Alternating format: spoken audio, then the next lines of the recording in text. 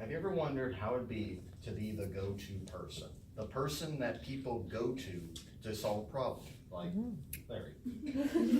Other than Larry, have you ever wondered how that feels?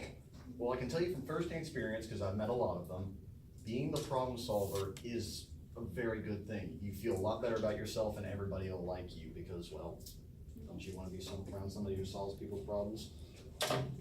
My name is Colin Johnson and I'm an applied communications student. And today I'm about to tell you about my service learning at Habitat for Humanity.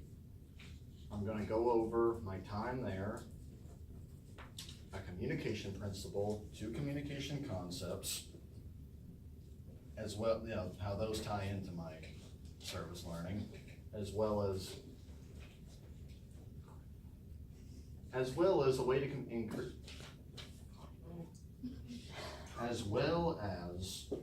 improve my communication through one ethical implications. No, that's how I can improve the community. Improve my communication through one communication concept and improve my community through one ethical implication. Yes. That was always the hardest part. So, moving on to my first point. I did my service learning at Habitat for Humanity, and according to habitat.org, the mission statement is basically to build and preserve the places we call home. What's the habitat for humanity? Your everyday home. Now, there's 2 fronts on this. There's the people who actually go out to the houses to build them, and then there's the restore. Now, I worked in the restore. I'm not one of the people who goes out and builds the houses, but in the restore, that's where they keep everything to build the houses. That's where all the materials are and everything of that sort. And it takes a lot of people to manage all that stuff. People will buy, people will donate, and then there'll be these trucks that come in and donate a lot of stuff. And for the most part, I'm supposed to be giving people a hand throughout the whole place. They get a lot of volunteers there all the time. I even met a volunteer that came from this school while I was over there recently. And I worked more than 4 hours there. I worked like 100 hours there. So I've had a long time to do it. So basically, I'd actually recommend that a lot of people go work at Habitat for Humanity. You meet some really good people. There's this one guy, I still remember him, his name OJ. He's just a really cool dude. He brought us breakfast and lunch. He went to Krispy Kreme and pizza. It was just great. They really treat their workers good. I mean, the main thing about it is you're not directly told what to do. When I first went there, I was a bit in shock because they told me, be helpful. They'll never tell you where to exactly go. You have to find something to be helpful for. And that's basically the hard part about it. You gotta know what you're doing. You gotta figure out where to go to be helpful. And probably the best trait about me is that I'm a fast learner. So I would have to just look around and find the places to be helpful in. Because you could sit around, but nobody'd like you for that. What we do is we'd either, well, at least what I was doing, I was organizing everything that came in. I was helping people who came to buy, like they bought something and I needed to take it to them because we were lifting a lot of heavy stuff that probably takes multiple people half the time. They're either donating, they're bringing something in, or one of these things comes and it's usually pretty full. And this takes like 5 people to unload. It really sucks, especially when you're in July. Now, for the most part, it does sound like glorified labor, but as we'll go through in the rest of the speech, it does take a lot more about it because the whole job is basically 50% muscle, 50% word of mouth. That's basically how it goes. And like I said, you meet a lot of people there.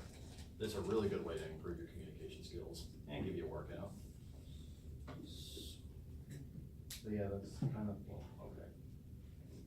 Well, even though that's a blurry picture, that's kind of what it looks like. There's stuff everywhere. It's just a whole warehouse connected to another little building where that's kind of the front of the whole place. So moving on to my second point, there is a communication principle and 2 communication concepts connected to my service learning. The first communication principle is communication is inevitable. And according to the UALR Survival Guide 2018, communication is inevitable. What it means is that regardless of who you go around or what you do, you're gonna communicate some message. Whether it's good or bad, you're gonna send a message. Even if you said nothing, you're still choosing not to communicate. And the way this works is that, I'll be honest, when I first went there, I didn't say much. This was 2 years ago. And I was just, I don't know, it's all these dudes like 10 times my age, and just not really doing, I don't know what they're talking about. But I sent a bad message because I didn't say anything. Saying something is better than saying nothing. And I kind of learned that the hard way. They didn't ostracize me for it, but I could have looked a lot better. My first concept is responding. And according to Adler, Ronman, and Dupree, responding is when you hear the other person say something and you take it in and respond with feedback. So for the most part, there was just, a lot of people who work around the place have these walkie-talkies because it's a pretty big place. You can't really go around too easy. You can, but it's easier like this. There was one time where somebody was all like, hey, you need to meet me here with this. And then they couldn't respond because their walkie-talkie literally ran out of batteries right then and there. And they assumed that they was like, okay, we don't need to worry about that. I already know what to get. Well, they heard it wrong. And if they would have responded to the other person, there wouldn't have been a big mix-up because there was a bunch of wood and we had to have a forklift use it all. And so it was just kind of a mess. And if we had had more communication right then, it'd have been much better. Although it seems simple, you gotta respond to your people. Like, communication is everything, especially when you're lifting something that takes 4 people to lift. And the second concept is critical thinking. According to Adler, Rodman, and Dupree, critical thinking is where you take an objective standpoint and think about the situation as a whole from a different view than you normally would. In critical thinking, okay, so let me explain this quick. These people came in this little white car, and we wanted to buy a door.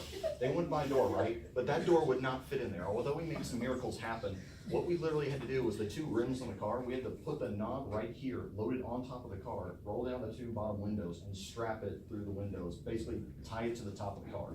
That took critical thinking because we were not about to get that car out of there. See, like I said, it sounds like glorified labor, but you gotta know, these people are buying this stuff. You don't want them to take it to their houses to build their houses out of it and it be crap in the end. You gotta figure out how to get it, help them out before they leave. Otherwise, they might not come back and give you business. Moving on to my third point. You should never stop improving your communication, by the way. You always should improve your communication in yourself because, well, a wise man knows he knows nothing, and that's why he's wise. To improve my communication, a communication concept I could use to improve my communication is coordination. According to Adler, Rodman, and Dupree, coordination is basically how you work with people, when you're on a team, how you, shitting on this one, but basically how you work well together, whether you work well or not. And the thing is, coordination, this was mainly me, but the moment I got there recently, there was a huge rush. There were people coming in to donate, coming in to sell. One of those trucks came in, cargo trucks, and it was just all over the place. I mean, I wasn't really coordinating with everybody, because I'll be honest, it was just a rush and it came out of nowhere, and they just said, that needs lifting, go lift it, and I had to do that. And an ethical implication I can use to improve my community is responsibility. According to the UALR Survival Guide 2018, responsibility. Hey, Colin. You're out of time. And you said I would take the next one. This is what